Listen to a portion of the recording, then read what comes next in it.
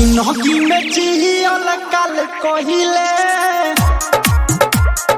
बिहर जाई। जिंदगी में जियल काल कहिले तोड़ के दिलवा फरार भइले। जिंदगी में जियल काल कहिले तोड़ के दिलवा फरार भइले। डीजे मिठू राजा पटसोनी।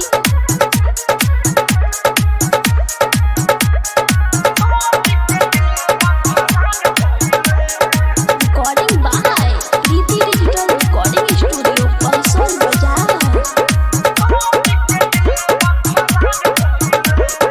दूसरा से शादी रचैलू हो हमारा के पागल बनैलू हो। भोला भलाई दीवाना के रानी तू काहे तर पैलू हो।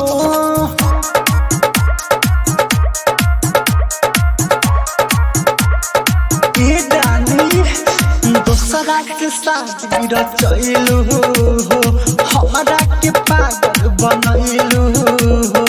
भोला भलाई दीवाना के रानी तू काहे तर पैलू हो। संगे जिए मन के कसम खइले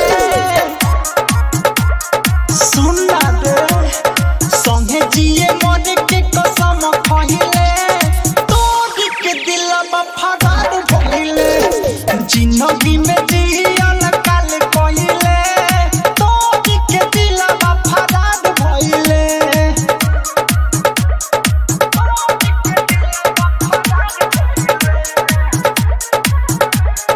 डीजे मिठू राजा पटसोनी। ओमनाथ बिहारी के दुआइलू हो जियते में चीता सजैलू हो।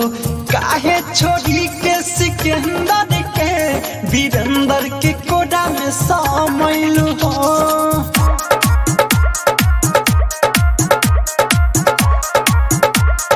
दिल तो दिले ओमनाथ बिहारी के दुआइलू हो जियते में चीता सजैलू हो।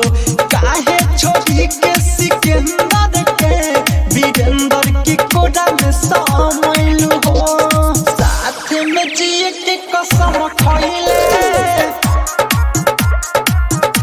हिदानी। साथ में जिए के कसम खइले तोड़ के दिलवा फरार भइले। जिंदगी में जियल काल कहिले तोड़ के दिलवा फरार भइले। Recording by Preeti digital recording studio Parsol बाजार।